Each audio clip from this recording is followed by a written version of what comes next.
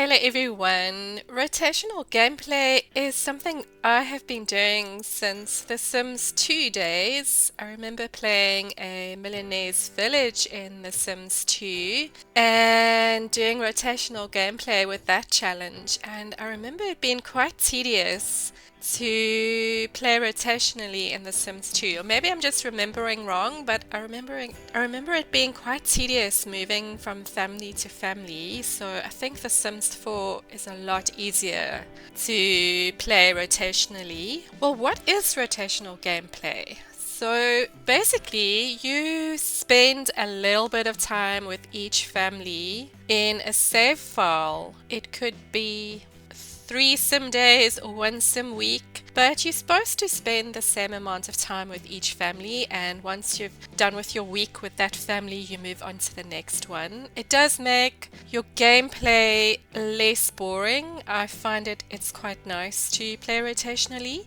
In this save file, I've got it's about 18 sims, and you might find that you just want to rotationally play with 2 families, and that's absolutely fine. It's your game.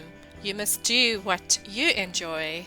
So this is a save file I've been playing with this weekend. The town is called Singleton. And what I've done, I've got 18 sims, or single families. So just 1 sim in each house. What I want to do is I want them to pair up with each other. When they create families of their own, I am going to move them into Oasis Springs, and it will be Couple Town. And then maybe I'll move on to Toddler Town. I'm not sure.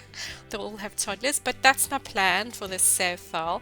But this is not actually about save files. This is about rotational gameplay. But you will find that some of the tips might overlap with save file tips. But I'll probably do a separate video on save files at some point. So setting up for rotational gameplay, there are some things you need to do. So if you go into your options menu and you click on game options, and you don't need to worry about any of these, but you do want to click on gameplay. So I have autonomy on full in this game because I don't want to interfere too much with the romantic relationships. So I've left it on full, but obviously if you're doing rotational gameplay and you want a bit of surprise in your game, you might want it on full. But if you're doing rotational gameplay and you really want to micromanage, you might want to turn autonomy off. It's entirely up to you. I've got it on full for this game, and obviously I've left all of these on. And now with rotational gameplay, it is best to auto-age only your active households. Or you can even turn this off completely. I've got it auto-age for only active households. So babies and toddlers and children won't grow up in another household unless you obviously have a birthday for them. So that's what I find for rotation. Some people, obviously, if you like surprises, then obviously you'll want to put this onto yes. But for this save file, I'm only doing the active households. So I've also not ticked auto age unplayed households. And I've got a long lifespan for my Sims. So these Sims are going to live a long time looking for their life partner. These are entirely up to you if you want to show wants and fears in your rotational gameplay. All of these things. The other thing you might want to set up is the environment. You might want to only have a season length of 14 days, or I like to have my seasons on 20. This is if you have seasons installed, obviously. I like to have my seasons at 28 days. I find it seems more to have a nice long summer and then a nice long winter, or you can even change it as you play. But yeah, I always leave this on 28 days when whatever game I'm playing. Just make sure the environment is the way you want it. And then pack settings, this entirely depends on the packs you've got installed. I'm allowing my Sims to have fame, eco lifestyle. Yeah, I might turn this off later on. I used to enjoy Bust the Dust, but now it just irritates me, so I might actually disable that at some point. Werewolves, I don't mind if they're not limited to Moonwood Mole, and I'm enabling acne and self-discovery from growing together. And the rest of the things you don't, and tutorials and tips, obviously you can turn the discovery quests off and all these things if you want to disable them. The main settings you really want to worry about is your auto-aging. You've got to decide if you want your Sims to auto-age when you're playing rotationally. And the next thing you want to do for rotational gameplay is have some sort of way to take notes.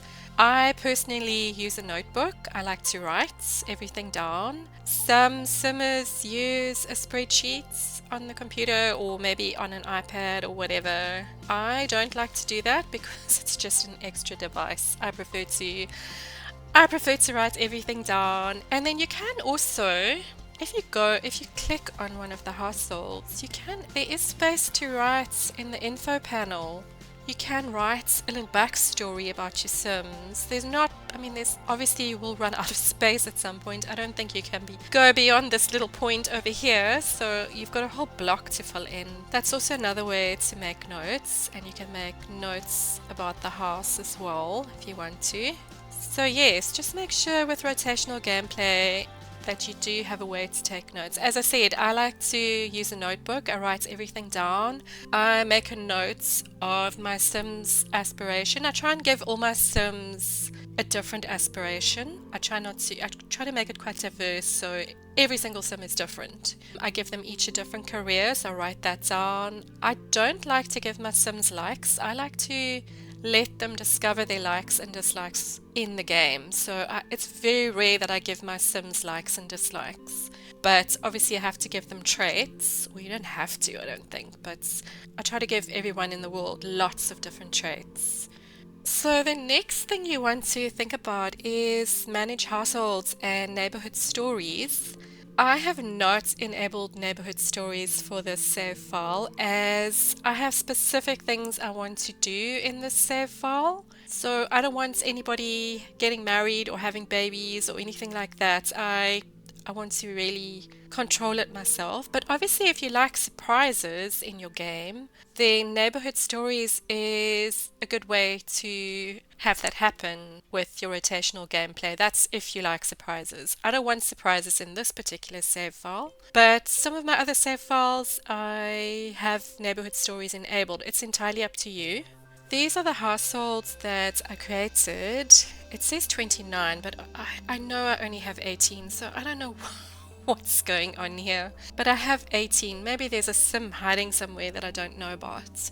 And then other households are all the NPCs in your game. Now, I have tried deleting all the households and it just doesn't work for me. They still appear in the world, so I'm happy to have them appear.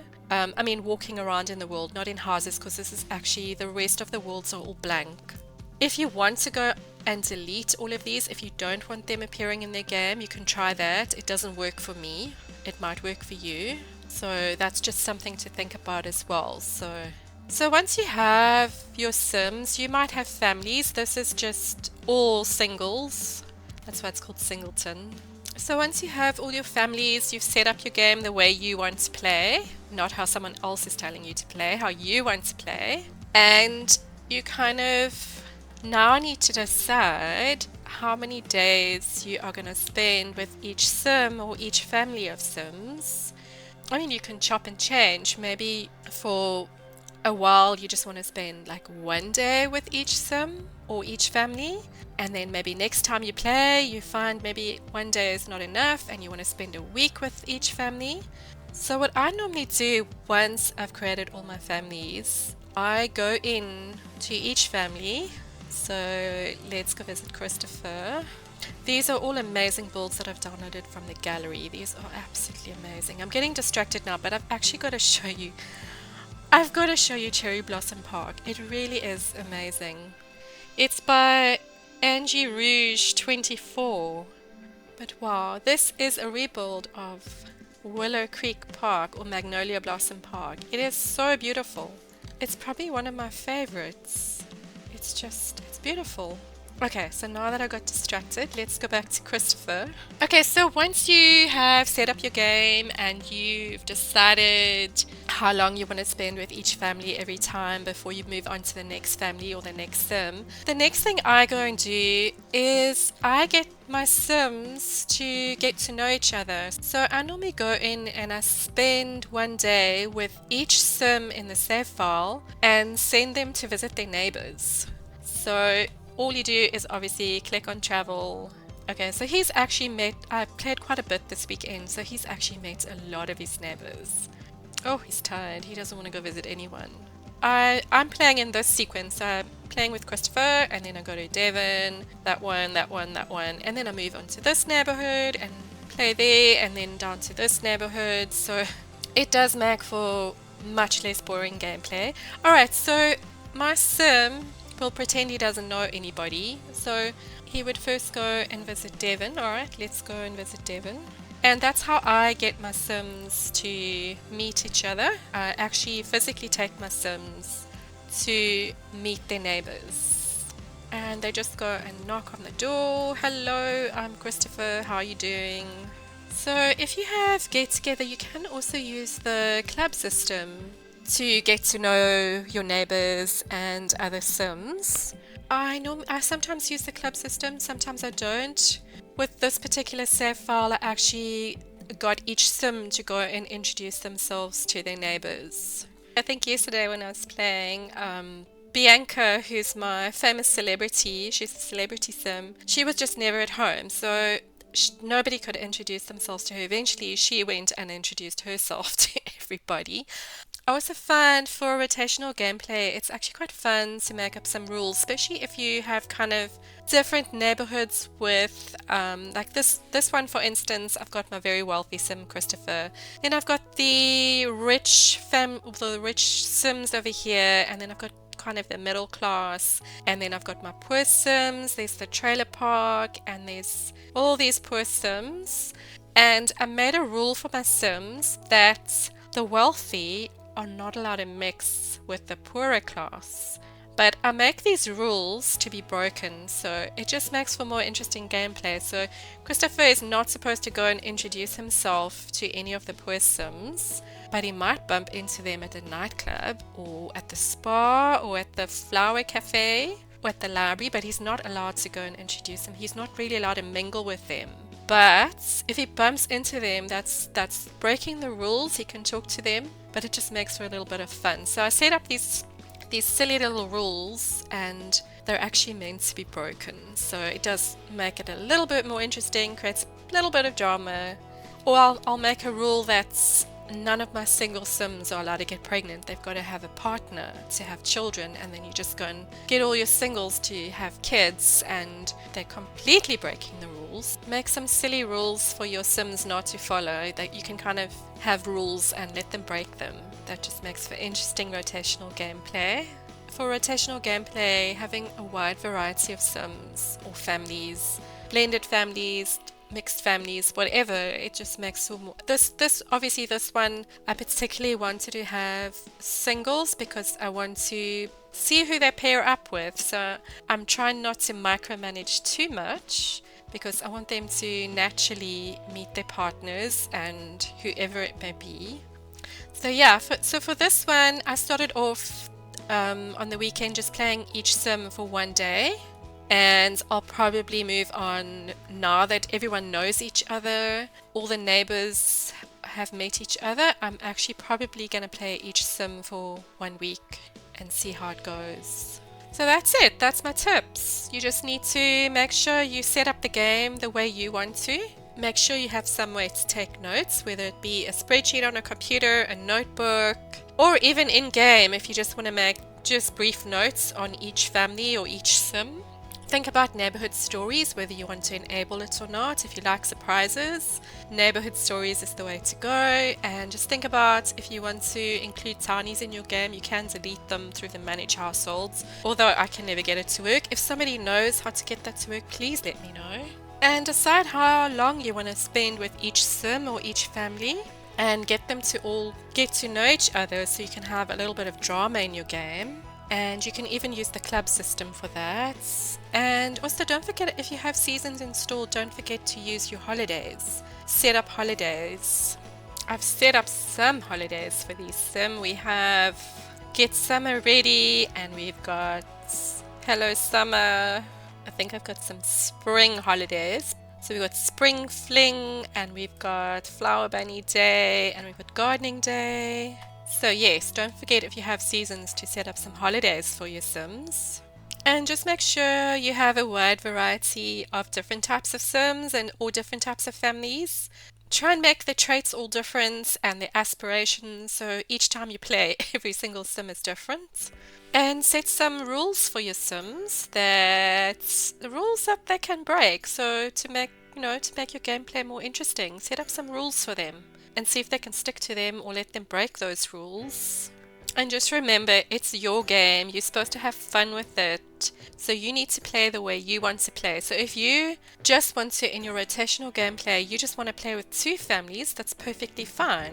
Or maybe 4, and you just want the rest of the families to just be NPCs in your game, that's absolutely fine. It's your game. You're supposed to have fun with it and enjoy it. If you want to play with 50 families, which I think might be quite difficult, that's another thing. I always only ever play with one world. I would never rotationally play with all these worlds. It's just too much for me. It would just be too much. So I like to play in just one area, one world. And as I said, my plan for this save file is to get all these Sims to pair up and then move to Oasis Springs and raise families in Oasis Springs or wherever. I'm not sure yet. That's kind of a plan in the back of my mind. So go ahead, go have fun with rotational gameplay. Bye, Christopher. See you next time.